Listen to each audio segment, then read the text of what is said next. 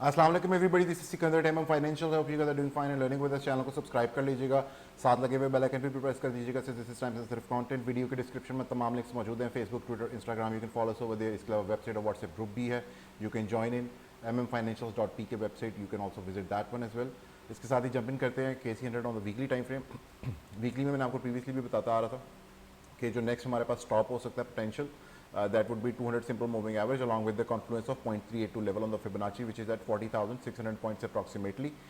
You can see कि हमारे पास आज first trading day of the week, और वहीं से हमें एक छोटा सा बाउंस मिला है फिलहाल। ऑफ कोर्स अभी 4 दिन ट्रेडिंग के बाकी है। लेट्स सी ये कैंडल क्लोज कहाँ पे होती है, बिकॉज अगर ये 200 सिंपल के नीचे क्लोज हो जाती है और खुदा ना खास्ता अगर ये लास्ट जो लोकल लो है on the weekly time frame which we made somewhere on 25th July at 39,900 points approximately, अगर उसके नीचे वीकली क्लोज हो जाती है तो it's going to be not looking good. In short, ज़्यादा डराने का मेरा मूड नहीं है, but I would want to say कि इसके नीचे जो है अगर क्लोज होती है वीकली तो market is not going to look good.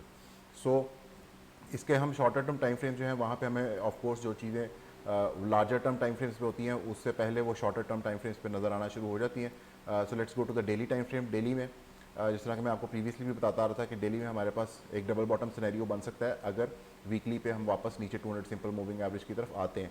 So right now you can see कि एक पूरी जो कैंडल है रेड वाली वो ग्रीन कैंडल से रिट्रेस हुई है, बल्कि लार्जर रिट्रेसमेंट है। डेली बड़ा अच्छा क्लोज मिला, although this could only be at 21 exponential snapback move as well. जिस तरह कि मैं आपको प्रीवियसली हमेशा बताता आता हूँ कि 21 एक्सपोनेंशियल के ऊपर जो नीचे जब मार्केट आ जाती है तो उसके बाद अक्सर स्नैपबैक मूव्स आते हैं। You can see it over here कि यहाँ पे मार्केट नीचे आई और उसके बाद 21 एक्सपोनेंशियल के अंदर मूव आया, फिर नीचे आई, फिर अंदर उसके मूव आया। इसी तरह जब तक कि हम फाइनली उसको फ्लैटन आउट करने में कामयाब नहीं हो गए तब तक हमारे पास ब्रेकआउट नहीं हुआ।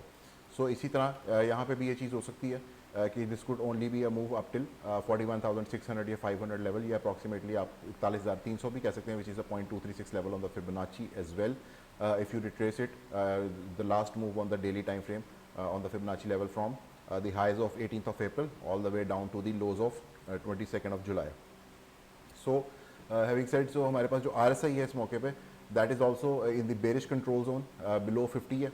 मैं हमेशा बताता हूँ कि 50 लेवल से नीचे जब RSI रहती है उसके ऊपर कंसोलिडेट करती रहे तो मार्केट के हमारे पास कंसोलिडेशन के बाद अमूमन उसको आप कह सकते हैं कि रीक्यूमुलेशन फेज़ होता है वो, और उसके बाद मार्केट दोबारा ऊपर जाती है। जबकि 50 के नीचे चले जाएँ तो हमारे पास रीडिस्ट्रीब्यूशन काइंड ऑफ फेज़ आ जाता है और मार्केट उसके बाद वहाँ पे सस्टेन करने के बाद वापस नीचे आ जाती है। सो इसी तरह जो मैकडी है वहाँ पे जो ऑसिलेटर है उसका माउस थोड़ा सा क्लोज हुआ है, एंड यहाँ पे हमारे पास ऑसिलेटर पे एक छोटी सी ट्रेंड लाइन मौजूद है। If you can see it over here कि हमारे पास maybe this is going to be the next bouncing area. अगर आप इसको बैक टेस्ट करना चाहते हैं तो यू कैन सी हमारे पास प्रीवियसली यहाँ पर मल्टीपल लेवल्स पे जो भी लो बने हैं, the low of 22nd of July, उससे पहले लो ऑफ हमारे पास जो 13th ऑफ जून था, और उससे पहले 3rd जून को, ये तीनों लो जो हैं वो ऑसिलेटर के इसी बाउंस लेवल से आए हैं जो मैकडी पे हमारे पास ऑसिलेटर मौजूद है। Maybe another bounce from the very same region, इसी एक जो हमारे पास राइजिंग सपोर्ट बन रही है ऑसिलेटर के ऊपर, यहाँ से हमें शायद एक बाउंस और देखने को मिले, जिसके लिए स्टार्टिंग शायद हो चुकी है। एक पूरा कैंडल रिट्रेसमेंट वापस की तरफ आया है। उसके पहले भी जो हमारे पास कैंडल थी that was also a momentum reversal kind of candle. उसके बाद हम दोबारा उसको नीचे क्लोज नहीं किया और यहाँ से मार्केट थोड़ा सा ऊपर की तरफ पुश देना चाह रही है। लेकिन यहाँ पे जो मेन सिनेरियो होगा that is going to be, if you remember कि जो हमने हमारे पास जो ट्रेंड लाइन थी इससे पहले समवॉट लाइक दिस, उसमें हम बिल्कुल उसके नीचे हैं, and this could only be a retest of this trend line as resistance. पहले ये सपोर्ट थी, यू कैन सी हमने यहाँ पे से बाउंस लिया, फिर उसके बाद दोबारा बाउंस लिया। फाइनली मैंने आपको उस टाइम बताया था जब सेकंड बाउंस के बाद कि हम इन्हें इसको 2 दफ़ा बाउंस कर चुके हैं। अगर हम तीसरी दफ़ा आते हैं तो it's probably going to break to the downside, और वो ब्रेक मिल गया। और ब्रेक के बाद अब this could only be a retest of this trend line as a resistance, और रेजिस्टेंस के तौर पे अगर ये एक्ट करती है और इसके ऊपर हम किसी किस्म की डेली कैंडल क्लोज करने के बाद सस्टेन नहीं कर पाते तो this is going to be a resistance, और रेजिस्टेंस के बाद दोबारा हमारे पास further continuation to the downside आएगी। और फिर वहाँ पे जो लास्ट सिनेरियो है that is going to be कि either we are going to hold this previous low on the daily time frame which is at 39,800 points और not. अगर ये नहीं होता तो आपको पता है उसके बाद लास्ट हमारे पास वीकली की सिचुएशन रह जाती है, और वीकली भी अगर नीचे क्लोज हो जाती है then it's probably going to go to the downside. और डाउन साइड के जो टारगेट्स हैं बिलो 200 सिंपल मूविंग एवरेज, वो मैं आपको प्रीवियस आइटरेशंस दिखा चुका हूँ कि जब भी हम 200 सिंपल मूविंग एवरेज के नीचे क्लोज करते हैं, बार बार एटलीस्ट क्लोज करें या उसको रेजिस्टेंस के तौर पे होल्ड करें, तो we get pretty damaging moves in the market. You can see it over here as well. ठीक है, इससे प्रीवियसली भी जो पीछे हमारे पास आइटरेशंस हैं बैक इन लाइक 2007-8, उसमें भी यू कैन सी कि हमारे पास जब भी मार्केट इसके नीचे क्लोज होती है 200 सिंपल के नीचे, तो हमारे पास काफ़ी डिजास्ट्रस किस्म के जो है ना मूव्स आते हैं. So be very careful about it कि अब दोबारा अगर 200 सिंपल के नीचे क्लोज कर देते हैं तो it could be disasters one as well. Hourly time frame में यू कैन सी हमारे पास एक छोटा सा डबल बॉटम पैटर्न बना है, वन ओवर हेयर.